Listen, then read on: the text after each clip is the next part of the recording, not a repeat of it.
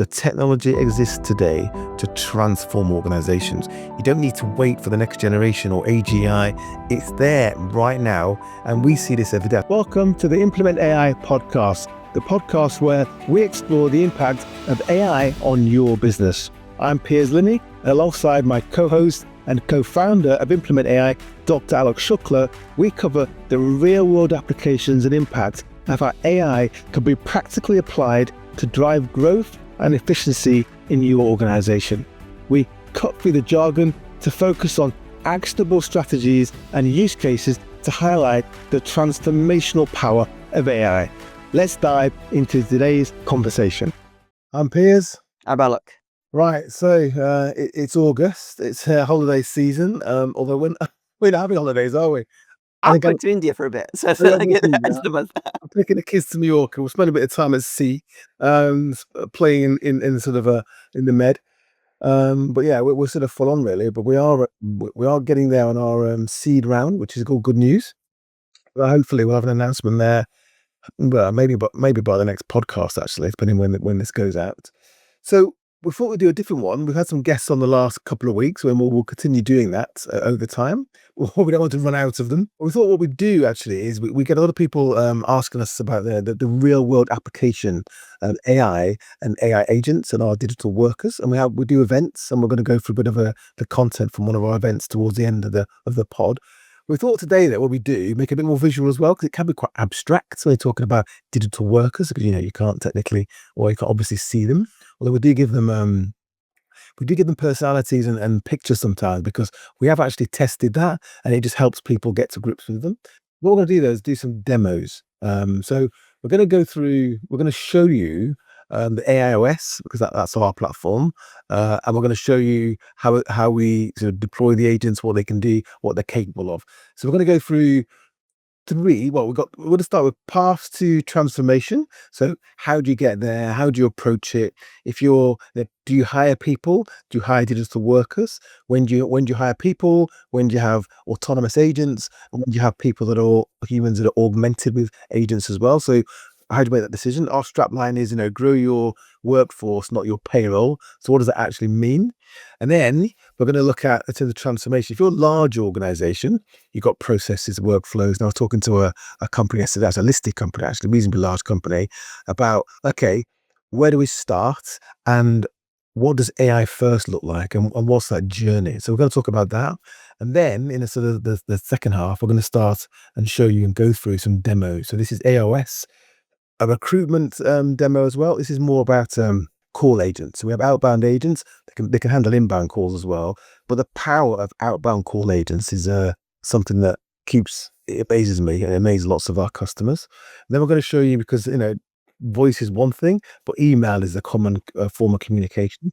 But in your emails, and we all know we get a lot of emails, there's value trapped in those emails. So we've got an email analyst agent as well, which will go through your emails, find opportunities, and we'll show you that. And then the really interesting one, that I think my favorite, is the computer use agent. And this is a game changer. And these are evolving very, very quickly. And this is where it can use a mouse, you can use a keyboard, it can see a screen, and it can do things that humans can do. Really. And the use case we're going to show you today is really about research. So, Ala, over to you. Let's talk about paths to transformation. Our strapline is grow your workforce, not your payroll. To you, what does that mean? When do you hire someone? We've had some great instances in the last week, actually, of showing you where this really matters. When do you hire? When you don't hire? And maybe I'll touch on the 3 R's again in terms of the vectors. Exactly. So let's just talk about paths to transformation, right? So if you're thinking about, whether they should use AI or not use AI, that's one thing. But then if you're thinking like, okay, I want to do this, I want to actually embrace this in my company, there's 2 paths basically, right? So one path is going to be like, okay, I actually understand this presents a fundamental shift to our business, and we've got senior leadership team, we've got decent sized company, and we can't just do this as a bolt-on. We actually need to like almost transform our thinking and everything. That's where you would kind of go that pathway where you work with us. We will help you build an AI center of excellence. What that is basically a team from your side and also from our side where you can actually understand the opportunities, the strategies, and also like create almost like a strategic roadmap of like where AI can transform your business, either to drive revenue, increase support capacity, or transform the experience of the proposition through personalization. In that approach, what we will then do is work with you in a program, and then you can actually bring your team on a journey and they start understanding this can be done, that can be done, these kind of opportunities. So that's one pathway basically, right? And just on that, the thing I always say is that it's quite hard with AI because it can be abstract as well, but there's no historical frame of reference. So until you've seen an email list do its thing, an outbound call agents do its thing, or computer user agent do its thing, you can't understand what it does, how it does it, and what the capabilities are. So that's really important. And again, that our sense of excellence is it's your working group. It's got to be horizontal, senior leadership, but also vertical into your business, because often you won't know if you're senior leader what people are spending 2 hours a day doing that could be automated. And then we engage with you to look at the automation opportunities, and that's where you get your sense of excellence from your working group plus us. Exactly. And what's not being done. The other way is basically like, I've got all these open job titles listed on my website and for hiring. And right now I'm recruiting, but I'm asking the question, could AI do this or help me at least not need Which is what we do every day. Yeah, and to be honest, I had a brilliant meeting with a business owner yesterday, and actually it was 2 days ago. Then they referred me to another senior leader in their team, basically, and they basically said like, look, we need people in support. We have to support all of our customers, and delivering a very good experience is very important for us. But we literally hired somebody, and they went on sick leave the next day, and off for 4 or 5 days, basically. And they were saying to me like, even if the AI is 30 or 40% as good, I'm happy because I'd rather be training. Better than zero. Yeah. I mean, like, how can you join a job and go on sick leave the next day? Like, I mean, it's 1 day is fine, but 4 days in a row anyway, whatever. But the point I'm trying to make here is that like more and more we're getting people that from like the operations capacity, they're kind of saying like, I don't want to hire more people. I just can't throw bodies at the problem, because what happens then also is you lose that knowledge that people have, and so you haven't got some system. So they're asking a very wise question, like, what would it look like to have a digital co-worker in that department, or to have people, or even with some businesses we're talking about, they're even thinking about like, how could an entire department be transferred to AI and shift it? So for example, one business we're working with, they have people making outbound calls, but they actually want to shift everything so that the agents make all the outbound calls, and then the team deal with only inbound calls. So it's higher value and higher, growth they can do. So you could have a fundamental re-engineer. So in that approach, it's basically like, okay, I want to spin up some digital workers and get that working. So how can we do that basically? So that's like much more strategic in that way. But both pathways are valid, and you can obviously start with one and move to the other. But I think the key thing is like, you have to almost think, where am I going to apply this and where am I going to do this? Because I'll tell you also like where things fail. Where things fail is where someone says, okay, I want to do some AI, and then they don't get their senior leadership involved. And then those people are then almost left to kind of manage or see what kind of like deployment happens, and they don't even have an understanding. And so they're asking the wrong questions. And to be very honest with you, it's real waste of time and opportunity in those sorts of situations. So it's very important. Like, we've done so many meetings this week and last week where we've been introduced into a meeting, and basically it's because we met the senior leaders and they introduced their operations team, who have no idea who we are or no idea what we do. And then when we're talking about and showing demos, I can almost see when I show like 2 or 3 demos, like the lights go on in their eyes, because before that they were almost like, why am I in this meeting, basically, right? Like, and then immediately Why afterwards, is my chief exec Tom to talk to Piers? exactly. And then well, as soon as they see a few, they're suddenly like, okay, well, you could do this, you could do that. And I really love that, right? So there's some businesses that have been around for like, 40 years, 50 years, and then they've got, distributors across I had Europe. one yesterday, it's been around 150. Yeah, exactly. And what I really like about it is like the breadth and range of business owners that are like embracing this. Like, I had someone I was talking to yesterday. They sell 80% of their business is in Europe, and they've got lots of distributors, obviously in Dutch, German, stuff like that. So I was talking about multilingual agents. He goes, it's very interesting you mentioned that, because that's something we want to kind of like look at and how we can do, because our distributors are really quite backwards, basically. They do everything on Excel and Post-it notes and everything like this. So So there's a big, and I was really impressed with the vision and energy of the owner. You're a very experienced business owner, and like, but this is the thing, right? This is the window, this is the wave, basically, right? And the key thing is like you got to start like somewhere, like start in a department or start like planning everything so you can actually then pick which departments can go into, basically. Right? But the point is, you have to take the blinders off and you have to actually start experimenting and feeling, because until you actually experience it, you're not going to be able to get anywhere, basically. I think I won't go into too much detail on it because we've done it before, but it's the three vectors of variability. If it's very variable, you do lots of different things. Humans are better at that. If it's low value, AIs are very good at that. If it's very high value, you're probably not going to get an AI to close, selling a Bentley or Lambo.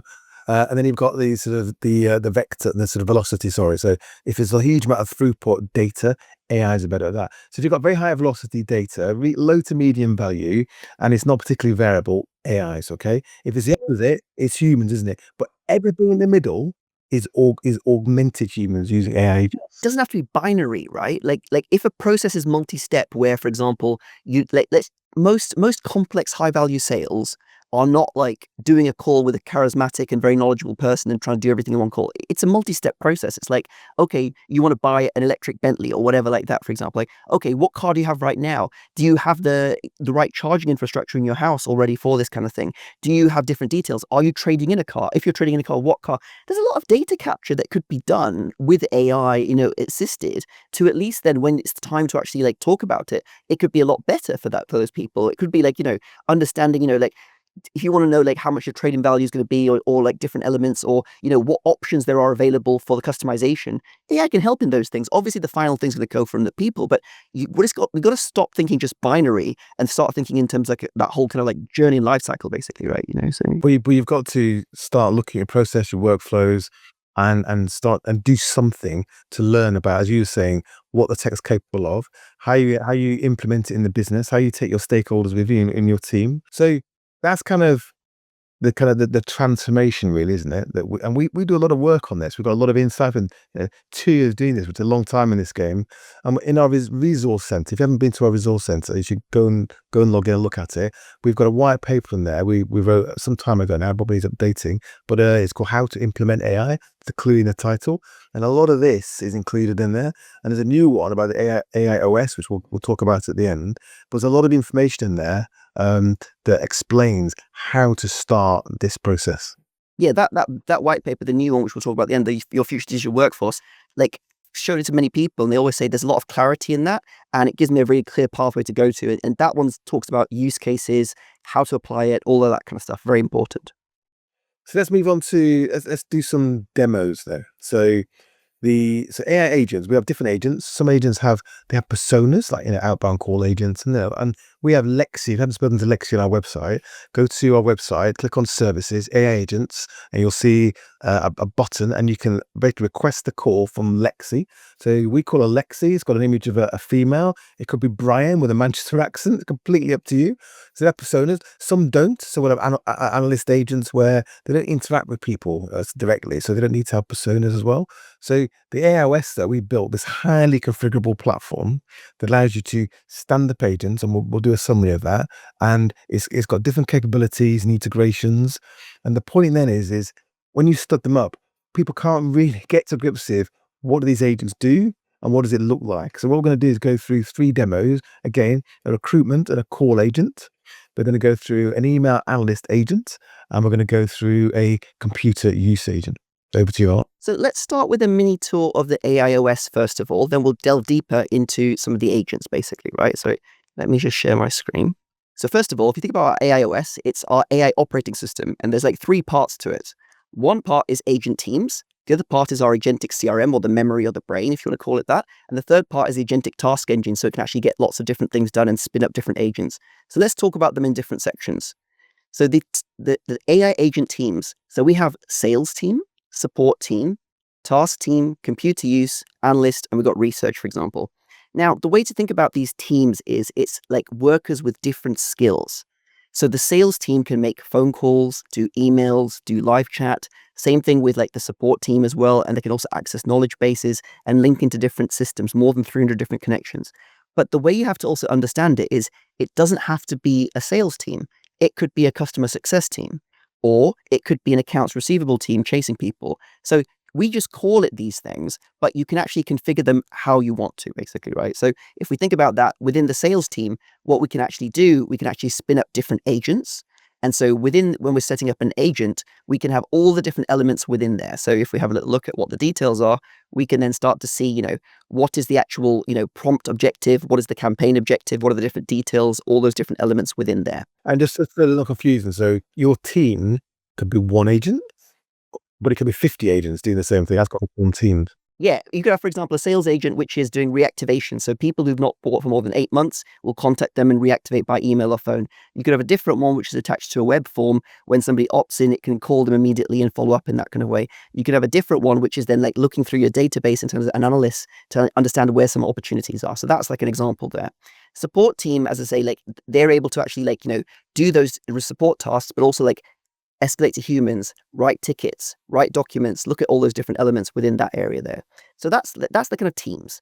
The other part of it is the agentic CRM. So what this is basically it's the kind of like the memory of the agent. So it's able to actually see all the conversations that took place. So if you kind of go into a conversation, you can then see the full transcript of whatever happened. And then the agent knows all of that information. It's also got like all details of any email chats and everything like that. So again, just to avoid any confusion, it's not a CRM in terms of you're not going to stand it up to do email campaigns and nurture campaigns.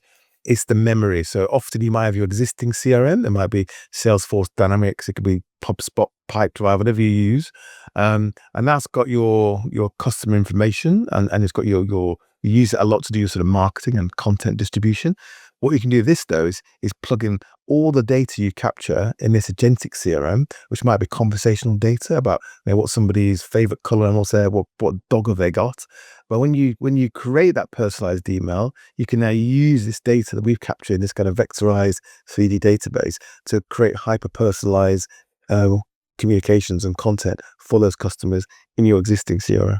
Exactly. So here you can see this in this section for this fictional record for Jeff Bezos, it's got additional information here. So this is added by a different agent, which kind of enriches it. So the thing is, when an agent is talking to this person, it knows all these facts, which we can get from research or analysis or different things, and it knows the conversations of the past. So it means it can extremely personalize in different ways. So you could do this based on like someone being a lapsed customer, that can be within here, or it could be that their preference is for a particular brand of product. That can be within here. I mean, all the conversations no matter how you communicate it, WhatsApp, email, SMS, voice. It's got that central memory. So it's the same agent, whether it's on phone, email, voice, WhatsApp, everything like that. So that's those different elements. Then if we talk about the task engine, what this here is basically is we can spin up any type of agent. So here, for example, this is an automated reporting agent. So it's like checking in a folder to like, a report which has been downloaded by a computer use agent. It's then analyzing that, creating a summary, and then, creating an executive summary and sending it input by email and by Slack message. And then, our solutions team does all of the kind of coding and development to kind of make those things happen. But this is like out of the box. This system can connect to like more than 300 different systems, and any kind of like different type of task or system can be spun up from within here. So it's very powerful. So this is kind of like the overview of like how our AI operating system can really help you, whether you want to add one digital worker to a department or many, to an entire, almost like an entire department. So you can add your knowledge base, can't you? So you can provide content and context as well to be moving. Exactly. So we've got that knowledge base within here, and then integrations. We've got like more than 300 integrations from Slack, SharePoint, Google Docs, Zoom, Teams, everything you can think about. All those different integrations are there. So that gives you a bit of an understanding about like where we are with that kind of stuff. Let's now talk about a little campaign, basically, right? So we can look at like how did that work for recruitment. So I'll just share my screen for this. So we did a campaign. So if I like here, so if I just make this a bit bigger. So we did a campaign where basically there was 2,400 people or so, which kind of needed to be called in order to actually, book in as a recruitment company, basically, right? And then what happened is like we had a campaign where basically here, yes. So we had a campaign basically where there was like 2,383 people that need to be contacted for the recruitment company. And then what we did is we set the AI agent to do that. So between 10 a.m. and 2:30. All right, let's just go backwards slightly though. So the context is they have a database of 200,000 people, right? There is more demand for those people than there is currently they can supply, and that's not because they haven't got the people in the database. It's because they physically can only contact about in a year or whatever the time frame was about 5,000 people using humans on the phone saying, "How are you? Where are you? Are you available to work? When are you available to work?" and updating the CRM. So 5,000 out of 200,000 purely because of the capacity constraints. Exactly. So what we wanted to do was like call these 2,383 people on a Saturday morning. So between 10 a.m. and 2:30, our AI agent Ava did it in 4.5 hours, basically, right? Now, if you think about what this would have actually taken for people to do, so if you were actually trying to replicate this with humans, you would need 23 people working. 23 people working with a But manager. also on a Saturday. Yes, exactly. And your cost of like the humans doing everything is going to be much higher, basically, right? Like, so you're going to be like nearly like, close to £2,300 worth of like labor, but the AI agents only cost £160 in credits because the thing is, when you call 2,300 people, not everybody answers. So the 25% that answered the phone call, they have conversations. The 75% that didn't answer, there is zero cost to those things. But with humans, you would still have to pay them to like call, make a note that nobody answered and they was trying to reach and everything like that. That kind of worked in that kind of way. So the point there is you have like 4.5 hours of AI doing it versus 84 hours of humans doing it. That gives you like a huge, advantage. And from the calls that go on, I'd say like 97%, 98%, there is no mention of, is this an AI or anything like that, basically. And then a few of them actually said, are you an AI? It says, yes, I'm a member of the team. And they just continue the conversation, basically, right? So that's like a real concrete example. Like if contacting lots of businesses or contacting lots of people is important to you, you really want to think about, the economics and also the speed and volume of contacting people with AI based. And what really works really well, a reactivation campaign, which is similar use case. So let's talk about a different one. So we've talked about where we can actually reach people when they're actually when they're actually want to contact them by phone call. But let's look at a different use case, right? So imagine in your business you've got 10 staff members. They've all got 10 email inboxes. And over the last 4 years when they've been working together, there has been many emails that came in. Now, I think you would know that sometimes emails come into an inbox, but they've not opted in on your website or they've not opted in anywhere else. And if they don't get added into your CRM, you've got no way of tracking that. So humans just get busy and sometimes that can be an issue. So this is an email analyst agent, which is spun up from our task engine. And basically what this will then do is it then allows you to then actually go through different email inboxes. So what we did here is we created a portal in Airtable and then we linked up using our AIOS to the email inbox of a business, basically, right? What that then does is it goes through all the emails, and I'm not talking about each week, I'm talking about years, basically, right? So it can go back, 2 years or so, and it can spot all the companies that were there. So it extracts the domain names, you got all the names of companies. It can spot who was answered and who was not answered. And then it can also spot what would be a good thing to contact them about. And it can also enrich on them. So it can actually, we link in with Apollo, for example. So then we can enrich and get the data on the companies from within there. So what this means is you've got all the insights about who should be contacted and reactivated. This solution alone could be very powerful for you. And I'm just showing you here how it works within the task engine. But imagine being able to never miss a lead again or never miss an opportunity. That's a very powerful prospect, especially when you've got years of business. If you're acquiring a business and then you can suddenly on day one turn this on and almost get lost opportunities which they didn't even know they had. This gives you those advantages, isn't it, Piers, basically, right? Well, this is one of my favorite slides on our decks, which is the X-ray vision, isn't it? So you've got data. So really, AI is your say as data streams, and what can you do? What value can you extract from those data streams, right? So human resource can get to a certain level. AI goes to a completely different level. So your email inbox is a data source essentially. So what value you can extract, and this is like your infrared or your night vision goggles, essentially, where you put them on and suddenly you can start to see things. The thing I often get wrong, I do diarize it, is, it's August and then we've got an away day. So can you get back to us in early October, right? And it's making sure you don't miss anything like that whatsoever. And again, the columns in that table there, you can create a column that does anything. And then you can spin up another agent to go and do the work to complete that column, whether it's enrichment, whether it's going to company's house, Going into your CRM and finding out their last order dates. News media, look at the signals in the market. You can enrich it to whatever extent you want to. And these are like very powerful things you can do, because like just that one use case of going through emails and spotting upsell or cross-sell potential, that could add a huge amount of revenue to like professional services organization, like an accounting firm, a legal firm, or whatever like that. And all these things are like analysts. So the thing to think about is like, it's not going to necessarily communicate with your customers. You could have an agent which would do that, but this could just be forwarding to one of your team members to be able to like do it in that way, basically, right? So that's like The last thing I add is you can start to look at patterns. So, in a certain time frame, you may have had marketing or PR activity. Well, what happened? What were the signals in the market? What feedback do we get? So you can start looking for patterns, and not just patterns you need to look for. You can ask for patterns that you didn't know you should be looking for.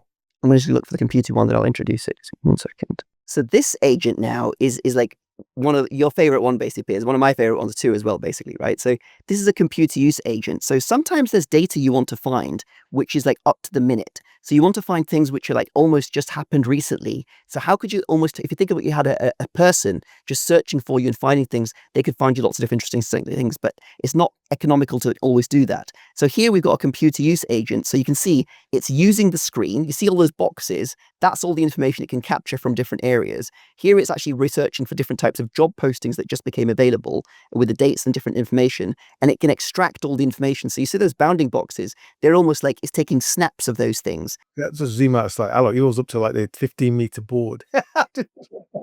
So computer use, right? You may have heard about it. Anthropic's got calls it computer use. OpenAI, they call it operator. Okay, and you can go in there, and actually OpenAI, ChatGPT Plus and Pro, they've got the agent that can go off and do things for you. So it's similar to that. So we've got a back end that has a similar capability. And the point here is basically you've got to think of it as a more almost like a remote worker. So something they can use a keyboard, a mouse, and they can understand what's on a screen. When I'm in the screen, I don't mean in a browser. It can use a computer, so you can go and find applications on whatever computer it is, open them, log in.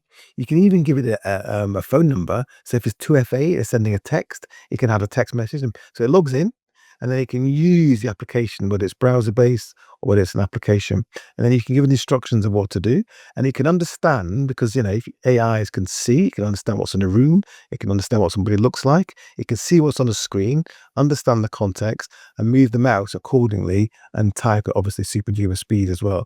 So if you think about where that's going, the opportunity is enormous.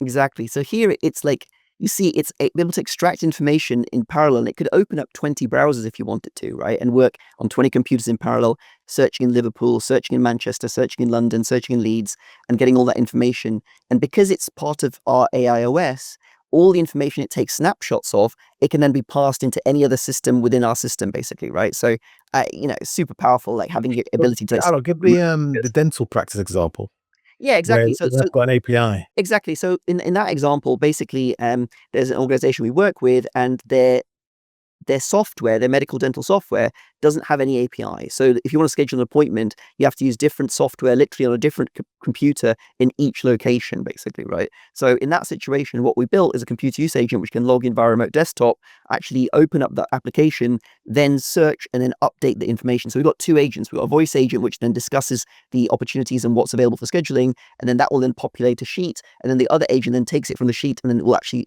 put it into the calendar diary, basically, right? So you can spin up agent teams to do very cool things. That could also be used in accounting for reconciliation or different systems, or it even be used for automated reporting, logging into different areas and grabbing the reports and then analyzing them. So computer use is enormous, basically, right? If you've got no API, this can just log into an application or log in via a browser and do what you need to do. And think about, so this is getting better, it's getting faster all the time, but you can essentially, in the not too distant future, have, as many as you like, essentially remote workers that can almost do anything you ask them to. So it's extremely powerful. There's more complex setup because you need to give it a very clear instructions and work out what the process is. But once they're working, they're just going to get faster and faster.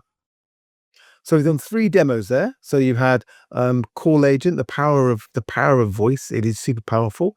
And again, people will say, well, I was sort of compared to our human resource. Well, you can't, because the capacity, the speed, they always update the CRM to whatever extent you want. You can all the names of the companies and everything. We've got all those different things, all the people that were working with other places. yeah, you're capturing conversational data as well in that agentic CRM. So I always say, don't compare AIs to the almighty. You got to compare them to the alternative, basically, which is sort of human resource. So we've done that one. We've done the email analyst agent. So that's not a standalone agent. We can spin those up as many as you like in the task engine, and then the computer use. So what's this space on computer use? Right. So let's go through. So we had an event earlier this year, a couple of months ago. And we took all the content from that event, which was really about talking about the AIOS and how you use agents, and we've condensed it into a document. That's in our resource center, which is on our website. But let's just flick through that as well to end. But before we do that, though, if you're new to this podcast, so the clues in the name, implement AI. So we help organizations of all sizes increasingly, they're getting bigger all the time, to implement AI. So it's not just, we're not consultants. We have programs called AI Activate, which helps you to start that journey, take your organization with you, your stakeholders, pilot, 1 to 3 pilots, all the lights start to go on, and you deploy in production on our AIOS, which is our platform. We also are working with some larger customers as well on sort of managed services, where we're building kind of end-to-end solutions. So there's a podcast with a lot of content in the resource center as well. If you enjoy the podcast, and this really does help us, just take a moment. We'll put a link in the show notes to review it, especially on Apple. Yeah, That really please helps. write a review. Writing a Yeah, review makes a I big think we'll difference. go over the rankings. We're like top 20 in UK management now on Apple, and we want to get into top 10 on all of them, basically, including sort of general business. Because I think the most podcasts on AI are talking about, ethics and, where it's going and universal basic readiness. That's fine. And we listen to all those podcasts, but ours is about the practicalities of where does the AI rubber hit the operational road. So let's just go through our document quickly. Exactly. So if we have a look at inside this document with the future digital workforce, the whole point of it is to actually help you understand a concrete way, what does a digital workforce actually look like? So we talk about the three vectors: revenue growth, capacity expansion, experience transformation. And then we go into a lot of detail where it's what are the 6 essential components of an AI agent? What are the practical applications in sales department? What are practical applications in customer support and operations? What about compute use? How could you use that? And we give different industry examples from different places. We talk about the benefits of having the central memory and context management, and then also some ROI frameworks, so you can actually build business cases for some of those different areas. We talk about data streams and competitive advantage, AI-first business design and fundamental thinking, technical architecture, implementation considerations, and then real-life examples and case studies, right? So we even then go through specific departments, like how to create a 24/7 department, how to have data enrichment in advanced ways for customer intelligence, technology deep dive, computer use capabilities, APIs, ethical best practices, financial modeling, future roadmap, and we even give you a glossary. I mean, it's quite comprehensive, basically, right? And it's all real-world stuff. Yes, if you're watching on YouTube, you can see that. If you're listening, go to our resource center, implementai.io, click on resource center, and you can access all these documents there. And we just try and make it as many of these documents as possible, make it as easy as possible to understand. And we're adding more and more demos as well, because again, it can be abstract to a lot of people, and it's quite important to see them. Right, so hopefully we'll bring another guest on in the next podcast. Also, we're going to do more demos as well to sort of help you understand, you can actually see these things in action. And we're also going to bring on some customers as well, because they can then talk to you about their experience and their journey, and how we sort of work with them and how they've approached this AI adoption. Because as we always say, right, we're in the dial-up internet age of AI, okay? It's moving very, very quickly. I was on a conversation yesterday with a reasonably large listed company, and they get it, right? They've got 2,000 people, and they get it that they've got to start understanding and doing something now. They need to upskill their senior leadership who don't really get it. That's quite important. We've got to start working on it now, because it's gathering pace, and it's going to be hard. And people, and we always say this, right? It sounds salesy, but I actually mean this because we see it happening. It's gathering pace, and it's going to be harder and harder to kind of catch up and to take your organization on that journey, because it can be such transformational change. And often what we see now is it's not just taking the processes and workflows you've got and automating them. It's looking at them once you've seen the power of these AIs and deciding, well, actually, we could do that completely differently. And that's when you start to work towards becoming an AI first organization. And the AI first organizations are going to be the winners. And let me tell you something. There's an interesting dynamic that I've seen recently across 3 organizations that I've seen. And this is counterintuitive. Some organizations where they've got 1 or 2 people that are very bright, they get it, they want the technology to kind of be pushed ahead, but the organization is not moving at the pace they want, they've left, and I've seen them join new companies. So the thing is, like, and I've seen that 3 times in the last month, okay, and from people I'm connected with. So that's the thing you have to understand. The world is not static; it's changing, and senior talent in your organization that might be, you think, oh, they're going to lead us in that pathway, they might get frustrated. And if they see the rest of the team is not buying into it or there's no program, and they'll be like, I'm going to join somewhere else that is AI first, because they know that Where's talent going to go? Talent is going to end up working for organizations that are AI first. They've automated the mundane, they've automated the repetitive, and they get it and on that journey so they could focus on the work they want to do and adding maximum value. And with salary growth potential, right? No one wants to be in an organization where every year it's tougher and tougher. I mean, I don't mean to be harsh, but like you have to unlock opportunities, and there are concrete opportunities for every single business using AI, but you just got to find those ones, basically. We had Danilo on the podcast last week. It's quite a sort of thought leader in AI, and he said very clearly, and he was running AI at Citibank years ago, and he was saying very clearly that the technology exists today to transform organizations. You don't need to wait for the next generation or AGI. It's there right now, and we see this every day. That's why we're so excited about it. It's there right now to transform almost everything you do that involves human resources and things that humans can't do or have never even thought of doing. That's the super exciting bit. Like I see it all the time. There's like, when someone's like a customer of ours, we share like insiders and information and stuff like this. But like, there's some very interesting things that are possible, with like the data, which other people can't do, and very interesting. Well, on that note, so go and do your homework, go to the Resource Center, download the How to Implement AI, read your future digital workforce document, and get in touch with us. Please leave us a review, and we'll get out our AI Insider. It's my job. I need to get on with that a lot. You're getting told off. And we'll see you in the pod in 2 weeks. Thanks for listening or watching, and we'll see you soon. Thank you for joining us for this episode of the Implement AI podcast. If you're interested in learning more about how we can assist you and your business in leveraging AI for growth and efficiency, visit our website at implementai.io. Don't forget to subscribe to the Implement AI podcast on Apple Podcasts, on Spotify, or wherever you listen to stay updated on future episodes. Thank you for listening, and we'll see you next time.